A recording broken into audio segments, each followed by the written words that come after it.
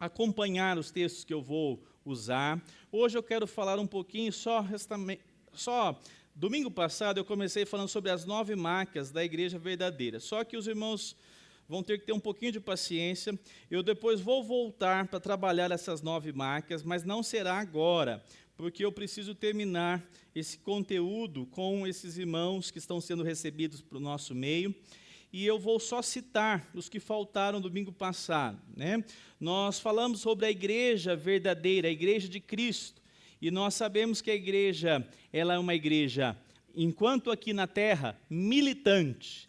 Ela está militando, ela está trabalhando, ela está cada dia caminhando com Jesus contra 3 ordens pelo menos, a carne, o mundo e o diabo. Ela está militando.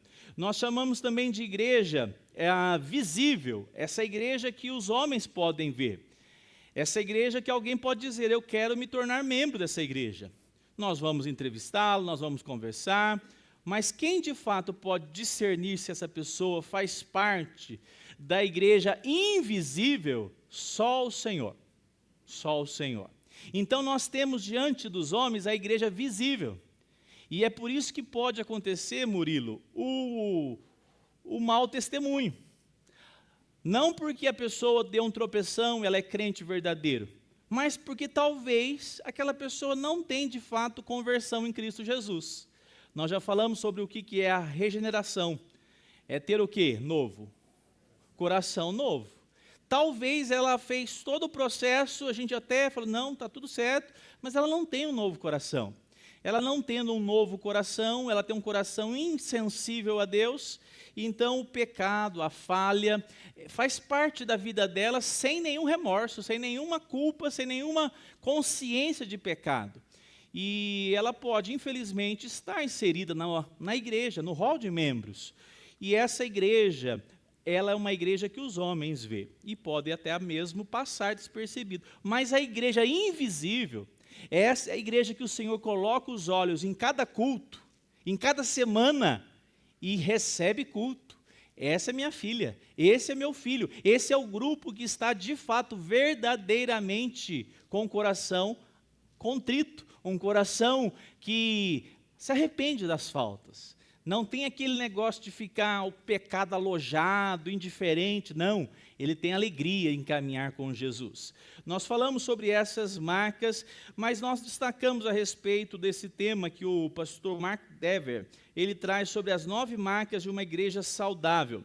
Nós falamos sobre alguns aspectos, como por exemplo a teologia bíblica, utilizar da Bíblia para que ela possa ser de fato o conteúdo da exposição. A pregação do Evangelho. O que muitos pensam que hoje é Evangelho, na verdade é uma autoajuda. É mais ou menos, venha do jeito que você está aí, você está cheio de problemas, não está? Cheio de problemas. Quem não tem problemas? E aqui vai ser uma varinha de condão. Você vem e nós vamos orar para você voltar lá com os seus problemas todos resolvidos. Só isso. Isso não é Evangelho. Evangelho é chamar aqueles que estão vivendo no pecado, estão inclusive imersos no pecado, estão sem discernimento do que de fato agrada a Deus e que não agrada. E aí o pecador é chamado pelo poder do Evangelho, olha só que interessante, é o poder do Evangelho que traz essa pessoa, e ela ouve, arrependa-se dos seus pecados. E o coração é confrontado. E quando isso acontece, é uma das marcas da igreja saudável. Essa pessoa está então num local onde o evangelho é pregado e ela pode receber o evangelho. Ela recebe o evangelho por meio do arrependimento dos seus pecados, confessando Cristo e então assim caminhando agora com a palavra de Deus. Uma outra marca é a conversão. Se há evangelho pregado, tem que ter essa comunidade aqui uma marca. Uma igreja onde há conversões. O que seria uma conversão?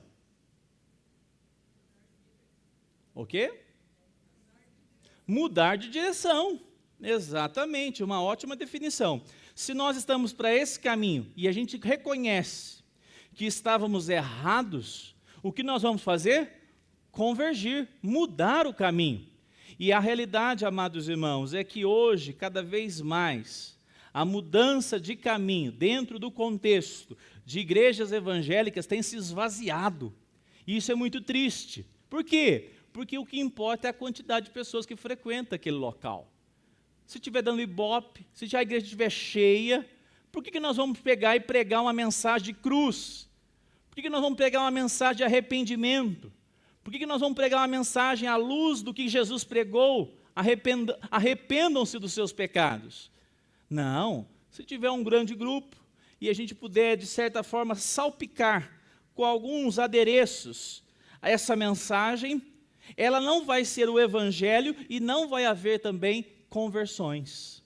Esse é um grande ponto da igreja, porque se não há conversão, amado irmão, não há de fato igreja do Senhor Jesus. Isso é muito sério. Um contexto hoje é tão banal que nós vamos falar sobre os sacramentos hoje. A igreja tem que discernir o que é sacramento. Quem participa da ceia, quem discerne o corpo de Cristo Jesus entregue na cruz, daquele que não entendeu ainda e, por sinal, é convidado a não participar. Por quê? Porque não tem discernimento. A igreja não é, nós chamamos uma palavra moderna estranha, inclusiva. Ela é uma igreja convidando a todos. De certa forma, ela inclui a todos, mas ela não é para todos. A igreja do Senhor Jesus é para quem arrepende-se dos seus pecados, para quem conhece Jesus e diz: eu vivi muitos anos da minha vida sem Cristo, eu tomei a direção da minha vida muitos anos, achei que estava na direção, mas os caminhos que eu escolhi foram caminhos de pecado, e eu estou arrependido disso. Eu não colhi nada para Deus, na verdade eu colhi para mim mesmo, e quebrei a cara tantas vezes. Eu quero a vida dirigida por Cristo. É essa relação da palavra conversão que nós precisamos experimentar, entregar a vida ao Senhor. Uma outra marca é a membresia. Por que é importante nós sabermos quem são os membros? Por que é importante? Quem poderia dar participação aí para nos ajudar? Uma boa informação. Nós podemos contar com um visitante que veio domingo passado? Ele tem compromisso com a igreja? Talvez não. Talvez seja José Fernando. Quem conhece o José Fernando? Quem conhece o rapaz que tentaram roubar a moto dele aqui na porta? Ah, então é ele.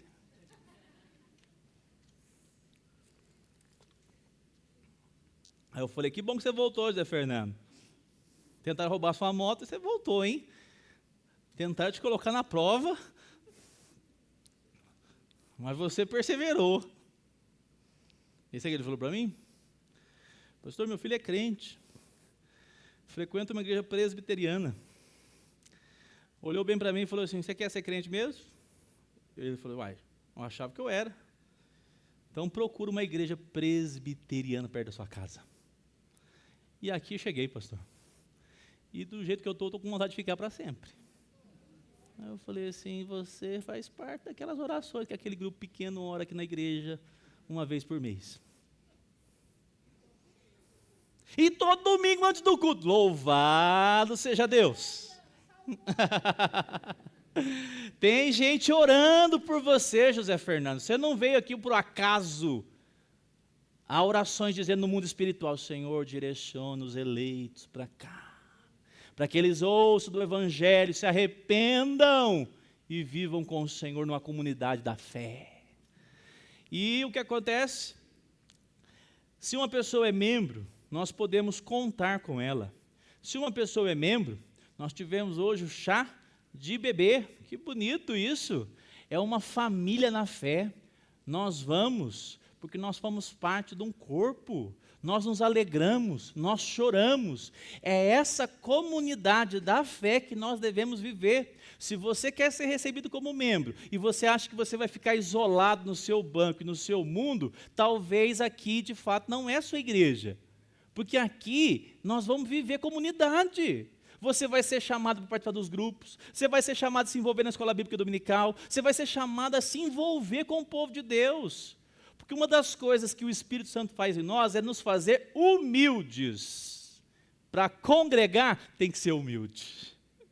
Você convive com um flamenguista, né? Você convive com gente de todo tipo.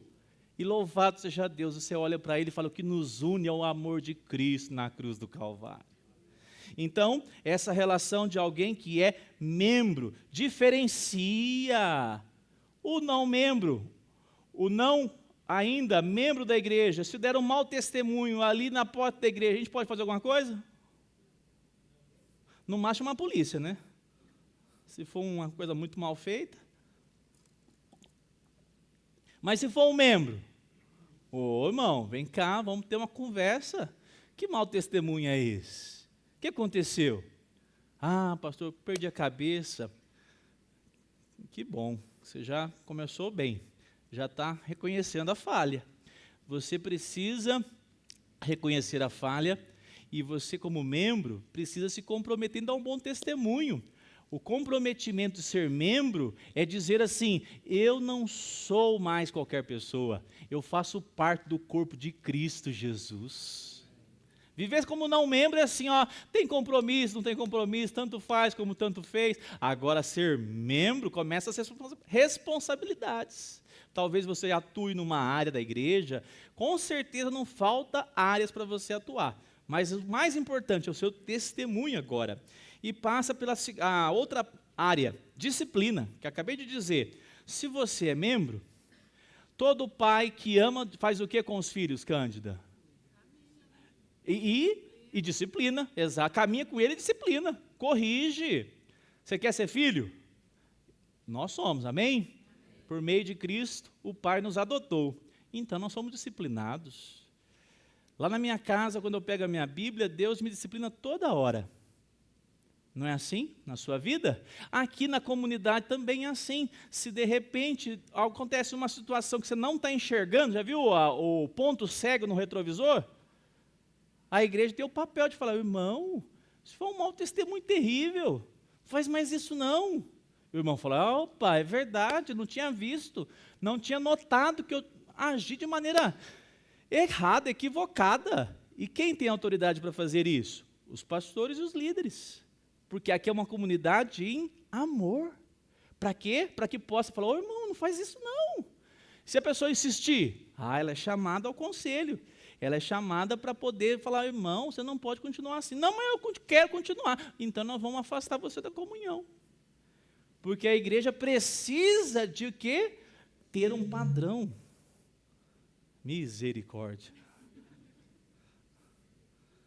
Ter um padrão para nós caminharmos como povo de Deus. Qualquer deslize, a igreja tem que apontar para Cristo. A gente não abandona quem deslizou, não. Mas a gente diz: volta para cá. Volta para cá. E nós vamos orar por você, para você voltar. E nós vamos estar caminhando juntos. Se você de fato ama o Senhor, não é fugindo da igreja. Não, vou procurar outra igreja. Caí num pecado, tropecei, fui disciplinado. Vou procurar outra igreja. Me desculpe, mas quem faz isso, primeiro eu discuto se de fato tem uma conversão genuína. Porque para receber, fazer parte da comunidade da fé, tem que avaliar. Quem que é o homem que vai construir uma torre e não faz o que antes? Isso. Você já fez a conta de ser membro da igreja? Vou ter que dar um bom testemunho. Vou ter que ser responsável pelos meus atos. Vou me submeter a essa igreja, à liderança, enquanto essa igreja for fiel a quem? Ao pastor Fábio? Às Escrituras. Eu me submeto porque, de fato, quem está dirigindo a igreja, quem é o cabeça da igreja? Cristo. Então eu tenho um compromisso, não é somente com o conselho dessa igreja, com o pastor Fábio. Eu tenho um compromisso com quem está acima de tudo isso, Cristo Jesus. Eu já disse aqui outras vezes, conheço casos de pessoas que foram disciplinadas e passaram ali 6, 7, 8 meses.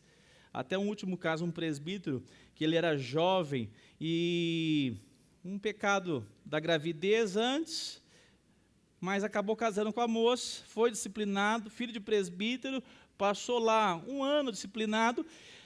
Deus tratou o coração dele, ele procurou o conselho, foi disciplinado. Depois de hoje, mais de 25 anos, ele é presbítero na mesma igreja e pai de 3 adolescentes que amam Jesus Cristo. Nós somos passíveis de falhas, mas o nosso coração é corrigível. Nosso coração é ensinável. Se você não tem isso na sua vida, se o seu coração ainda é assim, não, eu não submeto a ninguém, submeto nem ao meu pai, nem à minha mãe, vou submeter à igreja. Reavalie se você de fato nasceu de novo. Porque quando nós nascemos de novo, uma coisa que nós fazemos é dizer, quem agora dirige a minha vida é Cristo Jesus. E enquanto aqui, a igreja que é usada. Por isso você tem que estar num lugar sério. Líderes sérios, pessoas sérias, para que possa também ser usado por Deus na sua vida e na sua família, né? E o último aqui, penúltimo e último, discipulado e liderança. Essa área aqui, discipulado, eu tenho me preocupado muito, tenho pesquisado bastante, com a graça de Deus, inclusive em 2025, temos um convite para conhecer um trabalho que será bênção, eu creio, já faz alguns anos que eu aguardo. Eu gostaria muito que quem chegasse nessa igreja, eu falasse assim, qual líder que vai te discipular? Deixa eu ver aqui, você está no grupo do Rogério Gomes. Você está no grupo do Luiz. Ele tem uns 3 que ele discipula, então ele vai ser o seu líder por esse tempo. Você vai acompanhar aí a turma lá. E faz muita falta para a igreja esse trilho do discipulado. E orem para que Deus nos dê graça. Quem sabe em 2025 a gente tem esse trabalho. Nós teremos um congresso aqui em Uberlândia, nós queremos fazer parte. É um trabalho sério. E a gente sabe que a gente não tem ainda o trilho pronto. Mas eu tenho dito isso. Quer saber do que é de fato discipulado? Uma parte dele é você vir nas reuniões durante a semana. Por exemplo, eu conheço quase tudo ultimamente do Paulo e da Priscila. Quer ver outro caso aqui? Valdecida. Essa turma que vem. Você não vem falar de João Pessoa aqui para a turma, não? Porque se eles se mudarem para João Pessoa, vocês que são os culpados, viu? Querendo deixar o Tiago lá em João Pessoa para sempre. Você fica, viu, Valdo? Você não vai nem ser recebido desse jeito, viu? Eu sei de tudo do Valdo da Cida. Porque eles estão inseridos em 2 grupos. Um aqui no anexo e um na casa da Nízia e do Roberto. Não é isso, Priscila e Paulo? Aí na quarta-feira eu converso com eles. Eu sei que tem um primo da Priscila que está sofrendo devido a um acidente de trabalho. Tem uma prima agora do Paulo que precisa de orações.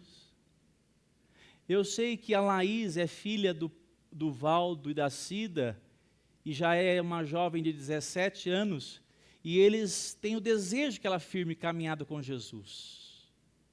Não é que eu sou pastor, não, é porque eu frequento os pequenos grupos. Se você não estiver em uma comunhão, em participar do pequeno grupo, você não se envolve com a vida comunitária. Eu sei que o Anderson luta contra a sua carne, só ele que luta contra a carne dele. Mas esse homem crente disse isso quarta-feira, eu luto com ela.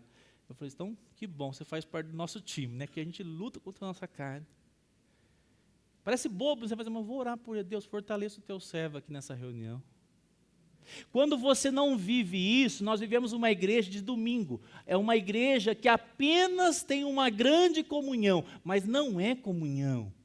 E você não caminha junto. Irmãos e amados irmãs, nós somos uma realidade, uma sociedade esvaziada de boas amizades, isolada. E ninguém vai te expor a nada, você vai vendo que no convívio, do dia a dia, coisas simples. Você fala, puxa vida, que bom pertencer a um grupo, que bom que eu posso contar com as orações dos meus irmãos. E isso faz toda a diferença. E por último, liderança. Nós temos que ter uma liderança crente, uma liderança que é exemplo na igreja. Uma igreja que tem liderança à frente são os primeiros. Se tiver que tomar tiro aqui, quem vai é o Machado. Misericórdia, né, Machado? Não, você vai proteger o pastor. Vou entrar na frente do pastor. O Machado se joga, já é maiorzinho, né? Rapidinho protege. Liderança é modelo. Liderança é compromisso. Mas liderança não é só presbíteros e diáconos, não. Olha, louvado seja Deus que tem irmãs no nosso meio. Elas só não têm o nome de pastor e diaconisa, o resto elas são tudo. Que bênção. Isso é vocação. Não precisa do cargo para ser líder. É uma pessoa ponta firme, é um exemplo para a glória do Senhor Jesus. Então essas são marcas de uma igreja saudável, marcas de uma igreja saudável. E hoje eu quero entrar, o assunto na verdade de hoje, eu quero trabalhar sobre os sacramentos. Nós temos 2 sacramentos, e eu quero seguir aqui uma apostila que no final quero que a Flaviane já entreguei, quem mais? O Paulo e a Priscila, pega aqui comigo, tá? Valdo e a Cida aqui, pega aqui comigo, quem mais? A Débora, pega aqui comigo, a Camila pode pegar aqui comigo também, que está sobrando. Eu acho que são esses, né? Então, vamos lá. Nós temos aqui, nesse momento, então, algo para nós estudarmos. O que é um sacramento? Uma definição que nós temos aqui. Sacramento é uma ordenança santa, instituída por Cristo, na qual, por sinais sensíveis à graça de Deus em Cristo, é representada, selada e aplicada aos crentes, os quais, por sua vez, expressam sua fé e obediência a Deus, bem como para fazer uma diferença visível entre os que pertencem à igreja e o restante do mundo. Disse Agostinho, sacramento é um sinal visível de uma graça invisível. Muito bonita essa frase, né? Quantos e quais são os sacramentos na igreja de Cristo? Cadê um bom presbiteriano para falar quais são? Batismo e a ceia. Então são quantos? 7? 2. Se você fosse romanista, seriam 7. Mas nós somos reformados. Nós somos de uma igreja de linha protestante e nós somos sola escritura. Nós adotamos aquilo que as escrituras apresentam. Qual é o padrão para estabelecer o que é, Murilo, sacramento e o que não é? Por sinal, estou falando aqui, falando. Aí o Murilo aí para ser recebido também, ó. E está vindo de patrocínio. Ele e a esposa, Rafaela e Annalise. Aí, ó, já decorei o nome. E nem pequeno grupo estão ainda. Viu, Murilo? Então, louvado seja Deus. O sacramento, então, ele é instituído por quem? Por Deus, pela pessoa de Cristo Jesus. Abra sua Bíblia aí, Lucas 22. Vamos direto para Lucas 22, 19. Todos abram aí a Bíblia.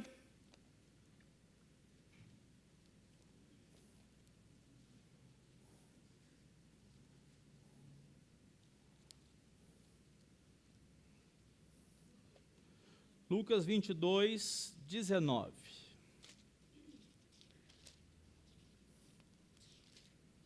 Diz assim a palavra do Senhor. Vamos ler juntos?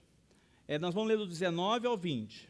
E pegando um pão, tendo dado graças, o partiu e lhes deu, dizendo: isto é o meu corpo que é dado por vocês, façam isto em memória de mim.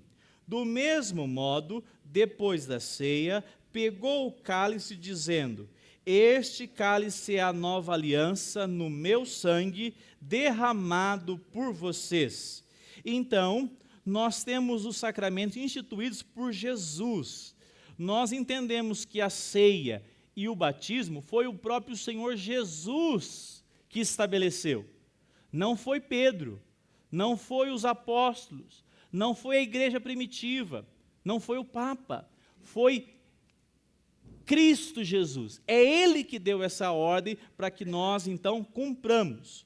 Os sacramentos podem, ou melhor, possuem poder extraordinário para beneficiar o participante incrédulo ou para salvar o pecador. Os sacramentos não possuem valores em si mesmos.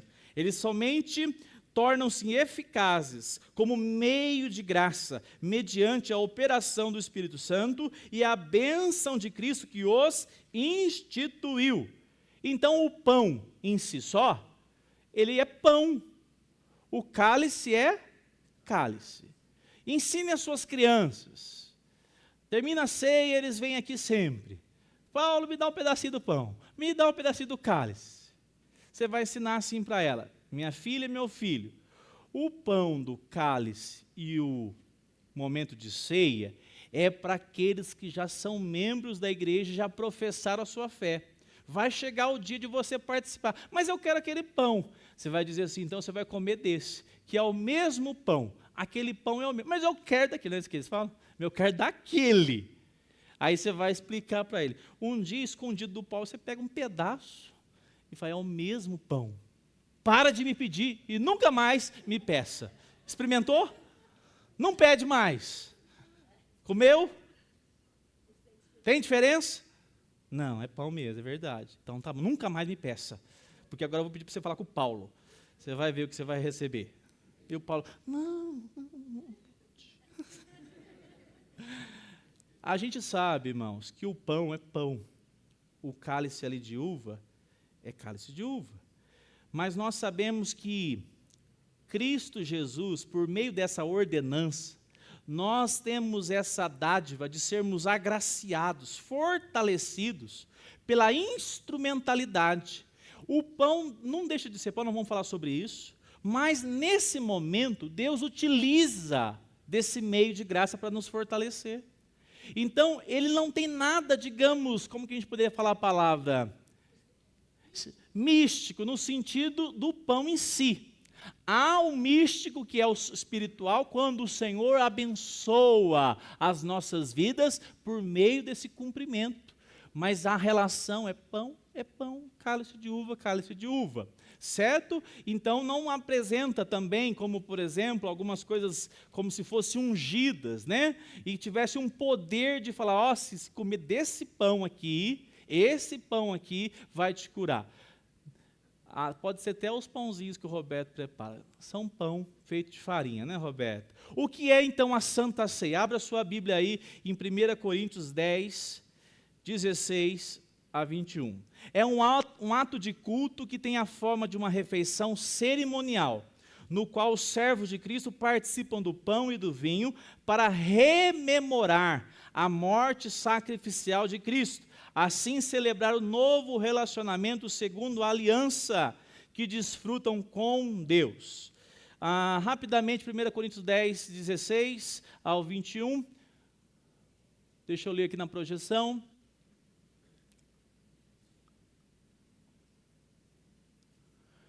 Não é fato que o cálice da bênção que abençoamos é a comunhão do sangue de Cristo? E não é fato que o pão que participamos é a comunhão do corpo de Cristo? Porque nós, embora muitos, somos unicamente um pão, um só corpo, porque todos participamos do único quê? Pão. Quem é o nosso pão? Jesus. Continuando, considerem o Israel segundo a carne. Não é verdade que aqueles que se alimentam dos sacrifícios são participantes do altar? Ou, que quero dizer com isso? Que o que é sacrificado ao ídolo é alguma coisa? Ou o próprio ídolo tem algum valor? Não, digo que as coisas que eles sacrificam são sacrificadas a demônio e não a Deus. E eu não quero que vocês estejam em comunhão com os demônios. 21. Vocês não podem beber o cálice do Senhor e o cálice dos demônios. Não podem ser participantes da mesa do Senhor e da mesa dos demônios. Olha só que sério isso. Por mais que seja pão, por mais que seja cálice, Essa mesa é consagrada a quem faz parte de quantos corpos? Um só corpo. O corpo de quem? E o corpo de Cristo tem Cristiane, tem Fátima, tem Débora, tem Camila. O corpo de Cristo é formado de todos os cristãos, de todos os eleitos, de todas as épocas. E eles fazem parte de quantas mesas? Uma só. Uma só mesa. E por que nós temos que diferenciar? Porque apesar de não ter nada místico, sobrenatural, no que é pão, cálice é cálice, quando participamos dessa mesa, nós estamos dizendo, nós temos parte com Cristo Jesus. Nós aguardamos a vinda do nosso Salvador. Nós aguardamos o dia que Ele vai celebrar pela última vez e vai se assentar conosco na mesa. E quando nós participamos disso, durante a sua semana, eu falei essa semana aqui sobre isso. Sabe aquele grupo imoral que tanta gente na empresa quer colocar você? Só aquela conversaiada fiada. Se for de homem, então, só bobagem. Aí você pega e fala assim, ó, agora para sair, só o administrador que vê, né? Sair. Eu não me sento, eu não me assento na mesa dos demônios. Eu não me assento mais na roda de quem? Ah, mas porque eu sou o chato, eu sou o enjoado. Não, eu sou o bom perfume de Cristo. Aí você vai contar para um colega bom já seu lá, cara, gosto demais de vocês, mas vocês ainda não dá para mim mais não, vocês estão com outra pegada, para com isso.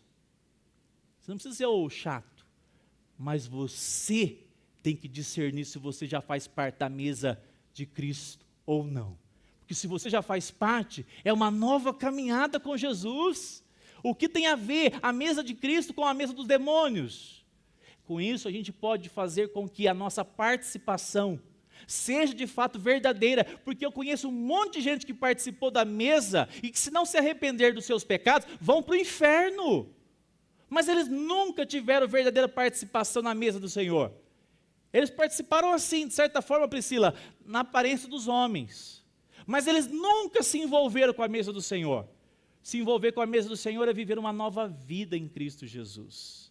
É assim que nós vivemos. Caminhando. Qual é a presença real de Cristo na ceia? Quem foi aí um bom católico romano? Aí levanta a mão. Deixa eu ver. Você foi, Rodrigo. Você já foi de tudo, hein, Rodrigo?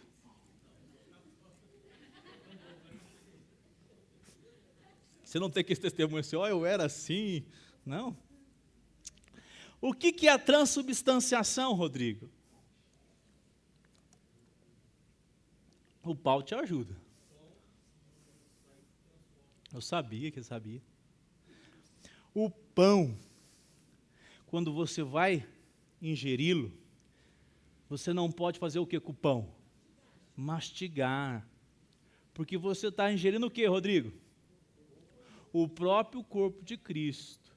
Essa é a visão romana, católica romana, chamada transubstanciação. O pão, naquele momento que está aqui, deixa de ser pão para ser o corpo de Cristo.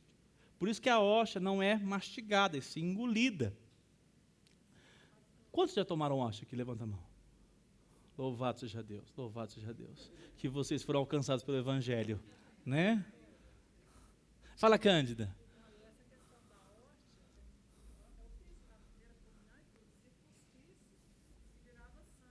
Mesmo? Nenhum adolescente fez esse teste, não, né? Aí, tá vendo? Porque é só falar não, falar que não pode, pode saber que nós já tentamos fazer, né? E o que a gente E o que a gente descobre com isso, né, Cândida?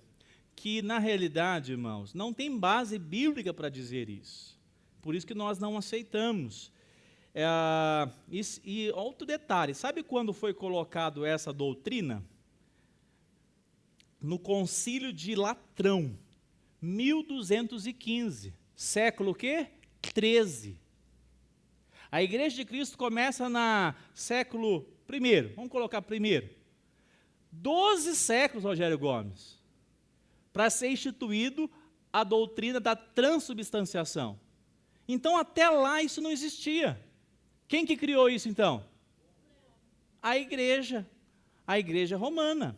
Então, essa ideia de não morde, não pode cuspir, né? Qualquer coisa. Uma boa experiência. Conta aí, Priscila.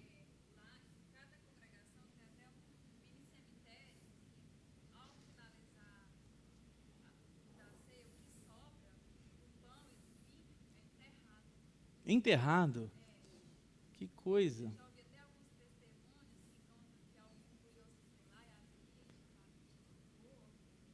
Nossa, ainda vira essas coisas, né?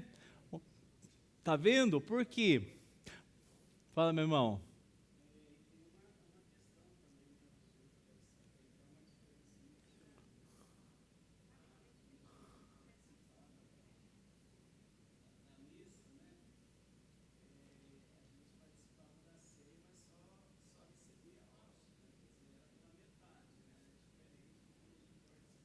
Muito bem observado.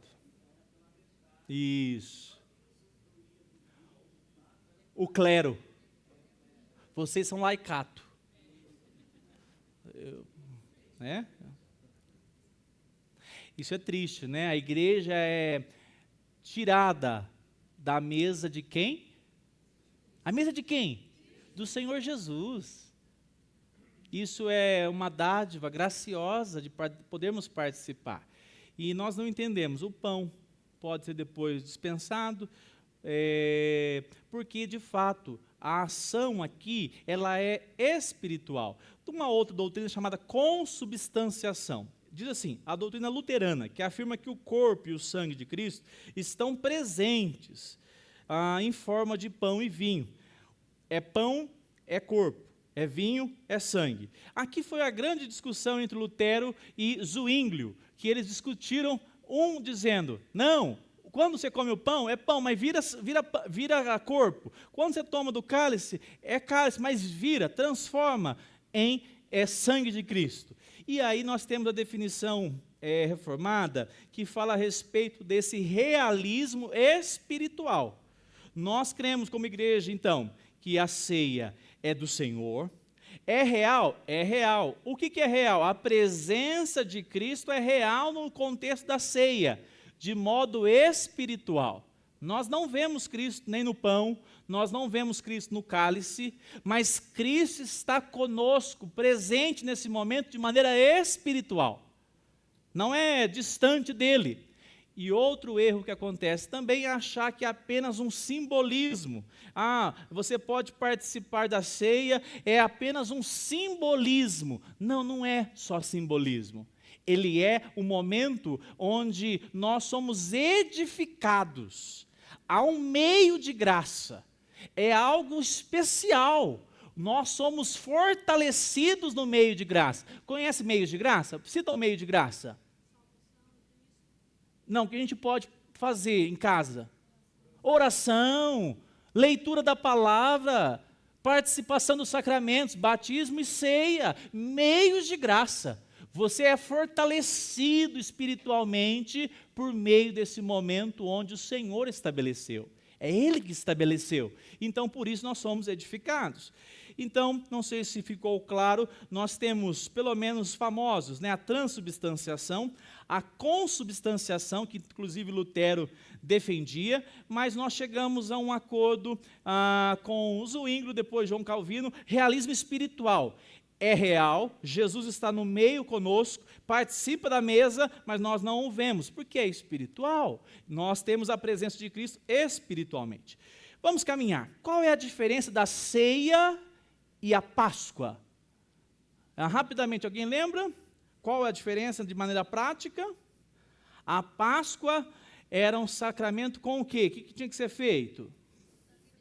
Isso, um sacramento cruento, que nós chamamos. Tinha que ter derramamento de sangue.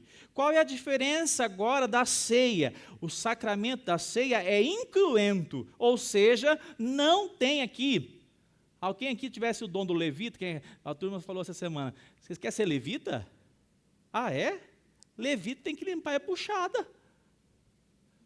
Tirar as vísceras, Limpar por dentro, quer ser levita, Felipe? Trabalhar lá, meu amigo, lá no bastidor, lá lavando aquela tripaiada lá, derramando aquele sangue, para apresentar o holocausto.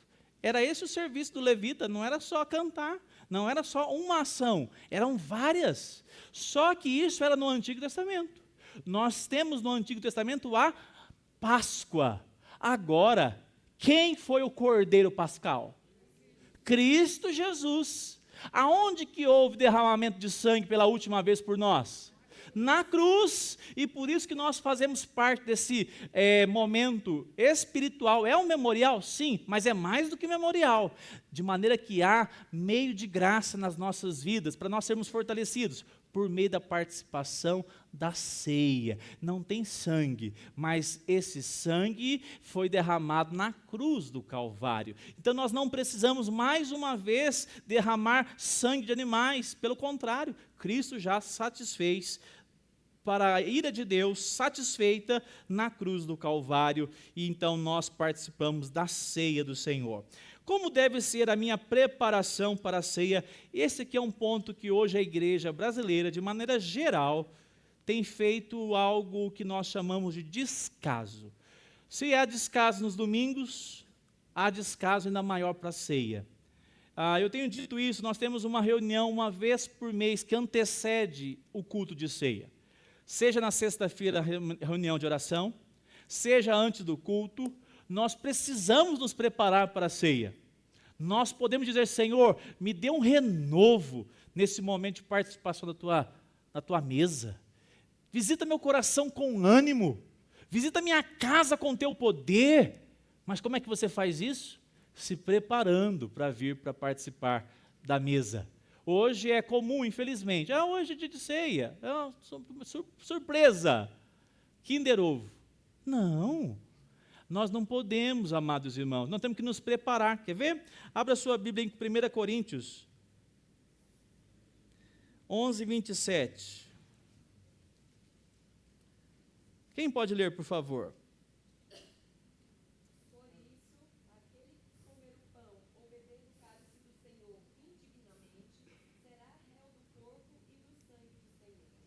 E o 28, Poliana.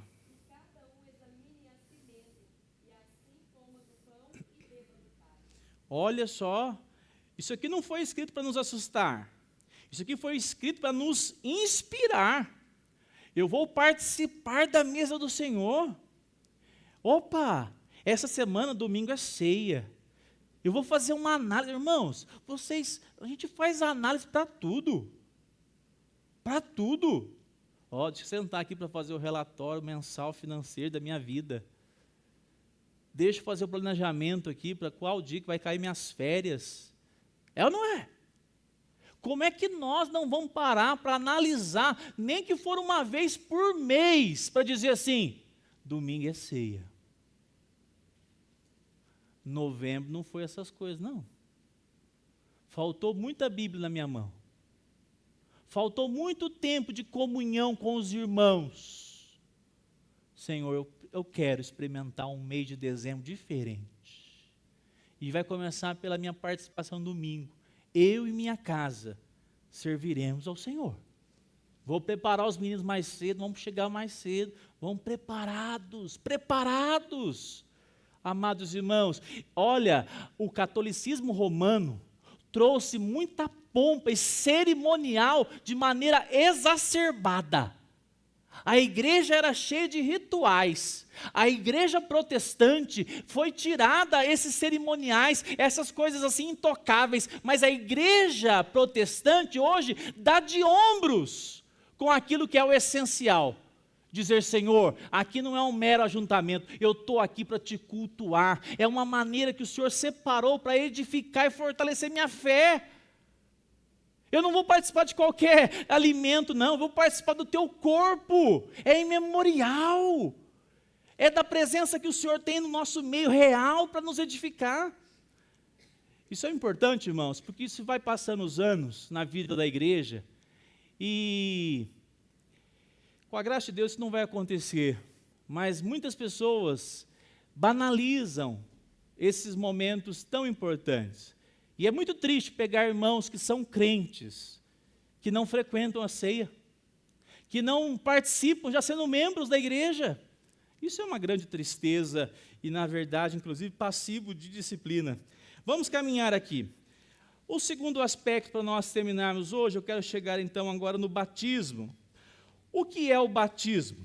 O batismo é um sacramento no qual o lavar com água em nome do Pai, do Filho e do Espírito Santo significa e sela a nossa união com Cristo, a participação das bênçãos do pacto da graça e a promessa de pertencermos ao Senhor. A quem deve ser administrado o batismo? Vamos ver alguns textos aí? Por favor, me ajudem. Atos 2, 38 e 39. Vou pedir para o Luiz, Atos 18, 8. O Paulo, Atos 16, 14 e 15. O batismo não deve ser administrado àqueles que estão fora da igreja visível, enquanto não professarem sua fé em Cristo. Irmão, isso aqui é importante.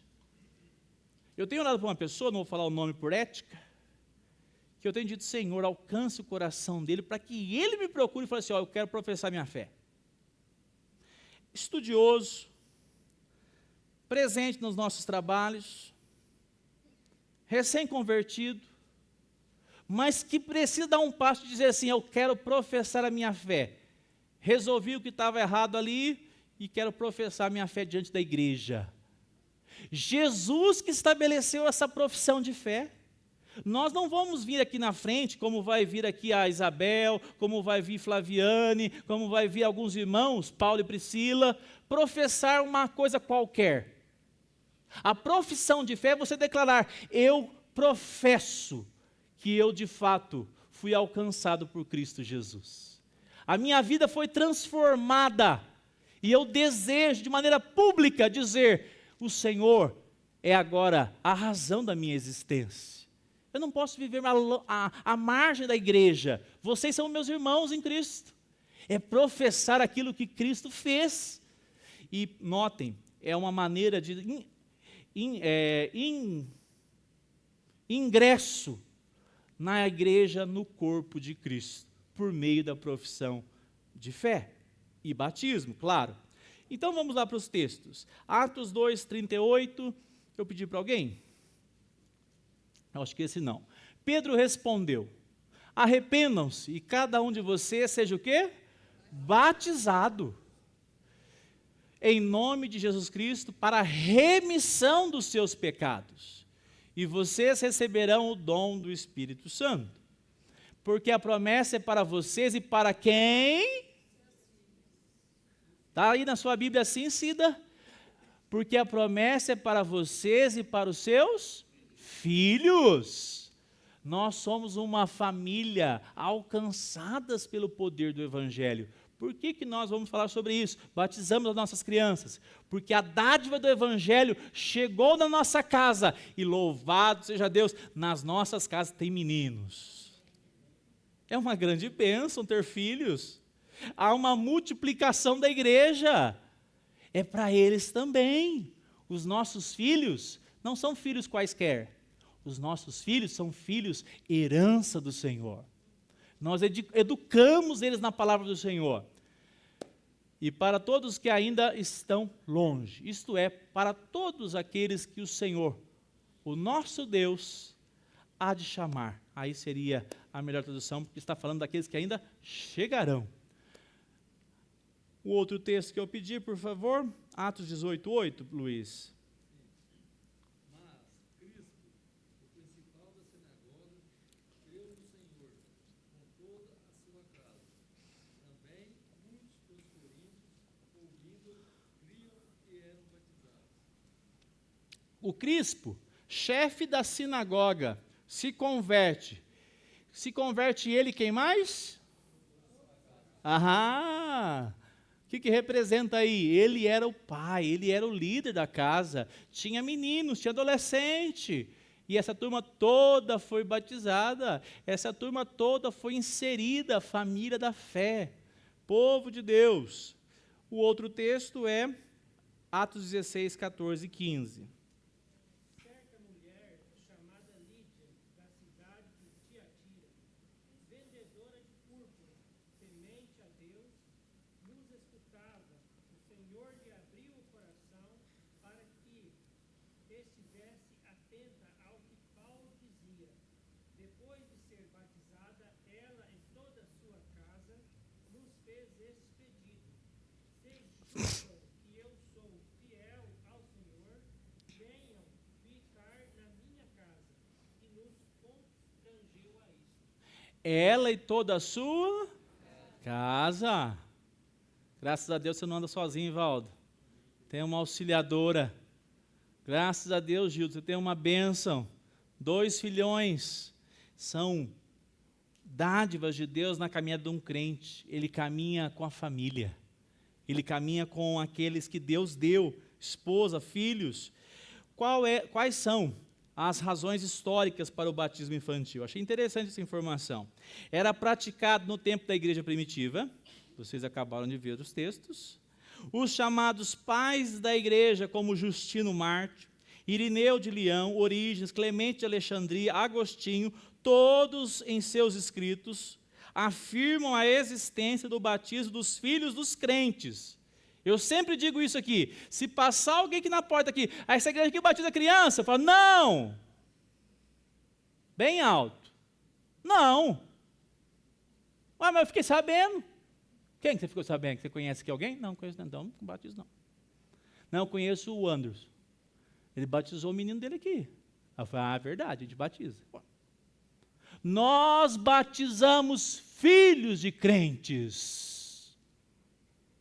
Nós batizamos filhos de quem tem discernimento do Evangelho para ensinar as crianças desde pequenininhas, e quando elas forem grandes, elas virão aqui à frente professar dizendo, o batismo que o meu pai me trouxe, minha mãe me trouxe a essa igreja, é verdade, porque eu amo Jesus e aprendi com meus pais. Se você é um descrente, você vai ouvir um não. Pastor, mas tem a avó, que é a tutora. Já batizamos. Porque ela vai ser a tutora espiritual.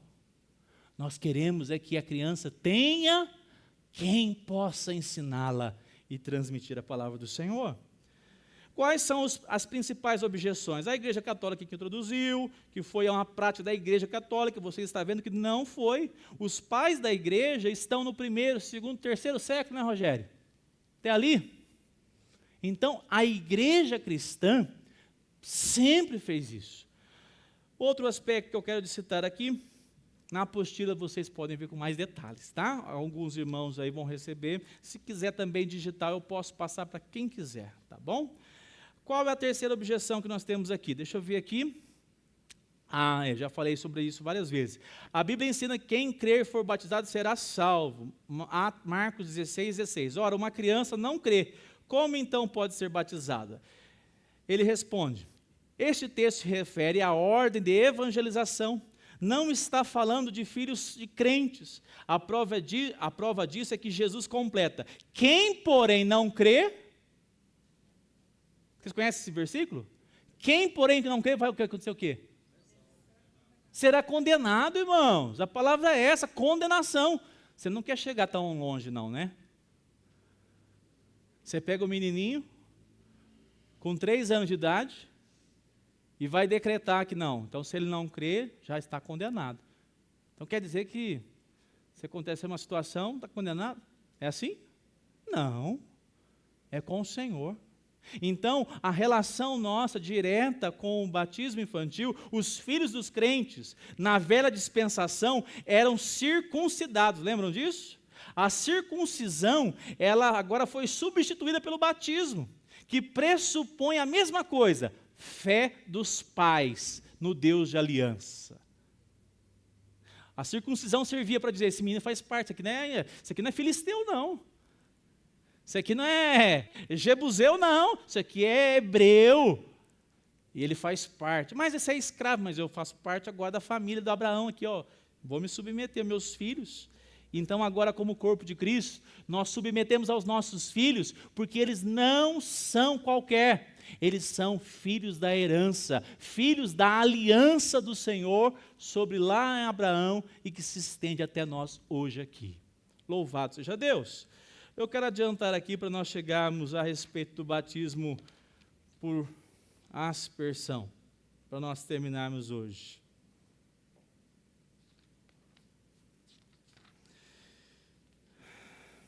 Por que nós presbiterianos batizamos por aspersão? Porque nós não temos piscina. É por isso? Não. Como é que acontecia no Antigo Testamento essa prática de aspersão? Vocês lembram? Era utilizada para fazer o quê? Para consagrar o quê? Vocês lembram? Os utensílios de onde? Do templo. Eles borrifavam a aspersão. Acontecia de maneira que havia uma prática de aspergir. E essa prática, ela é adotada tantas vezes no Novo Testamento. Nós somos assim, nós aceitamos os batismos de imersão. Ninguém aqui vai ser rebatizado porque foi batizado por imersão. Então, Débora foi imersão, outros irmãos, nós não teremos, nós não reconhecemos esse batismo. Pelo contrário, nós entendemos que o batismo feito pela ação do Senhor Jesus, o Espírito Santo, que trouxe um novo nascimento nessa vida, a água é um momento de testemunhar. Se foi por imersão ou por aspersão, nós vamos reconhecer esse batismo. Se você pegar uns irmãos, no nosso meio não é muito comum, né? Os nossos irmãos batistas reformados. Você conhece algum batista reformado aqui em Uberlândia? Não, só tem worship. Os nossos irmãos batistas só tem esse erro na vida deles. Eles não aceitam o batismo de aspersão. É uma das coisas que eu não sei se eles já mudaram, mas não, faltou água. Tem uma brincadeira que eles contam, né? Se tiver batizado com água, na cintura está batizado? Não. No pescoço está batizado? Não, ainda falta água, o batista está falando. E se cobrir o nariz, já está batizado? Não, ainda falta água. Na testa? Não, ainda falta água. E no cabelo, passar por cima? Já aí nós confirmamos. Então a gente já evita o desperdício de água, já passa por cima. De cima para baixo. Resolve o problema. Nós não temos dificuldades com outros batismos, mas nós entendemos que o batismo por aspersão é um batismo praticado muitas vezes, e vou provar para vocês. Por exemplo, abra sua Bíblia aí, alguns textos que nós temos de referência.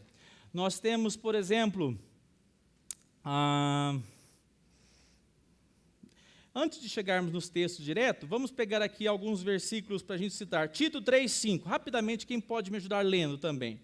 Tito 3,5, abriu na projeção aqui, você já pode ler, por favor.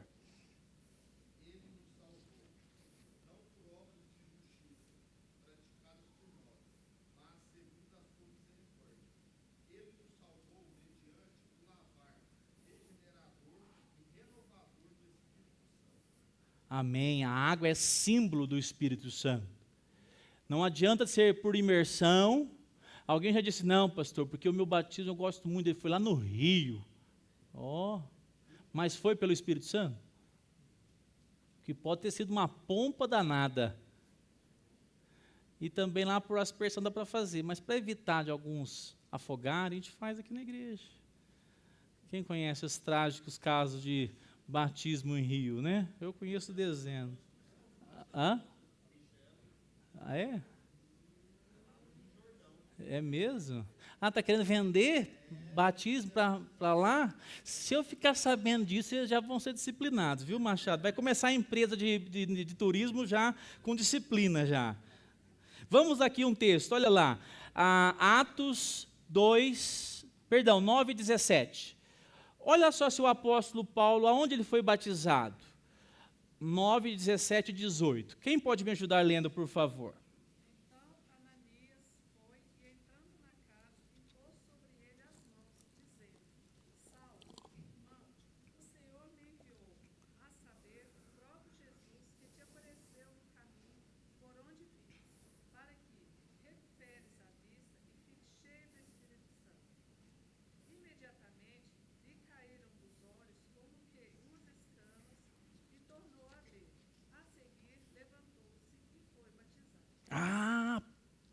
foi batizado aonde? Na casa de Ananias. Você imagina se dentro de uma casa como naquela época, se até hoje as casas, a não ser do Tiago, que tem piscina, né, Tiago? Tem sim. A minha casa não tem piscina, não. A sua tem? É raro quem tem piscina. Não tem. Na casa de Ananias não tinha piscina, não. Foi lá, ó, água e na cabeça de Saulo. Por quê? Nem água encanada muitas vezes tinha, porque eram casas nobres que tinham na época água encanada. Até já tinha, aquedutos tinham, mas desse jeito não. Então nós temos, a gente não vai gastar muito tempo aqui agora, nós temos vários locais da palavra de Deus. Por exemplo, os discípulos, o apóstolo pregou para a multidão. Quantos se converteram?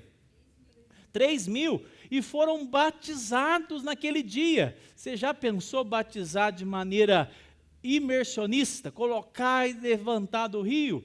Daria muito trabalho, a quantidade de pessoas trabalhando para poder batizar. Pela aspersão, é muito mais funcional. O importante é lembrar que a ação do batismo, o que de fato não pode faltar, é a manifestação do Espírito Santo no coração de alguém que está de fato decidida por Cristo. E tomando aquela decisão de se batizar diante da igreja, assumindo um compromisso com Cristo Jesus. Amém? Vamos orar? Hoje nós vamos ficar por aqui. Domingo que vem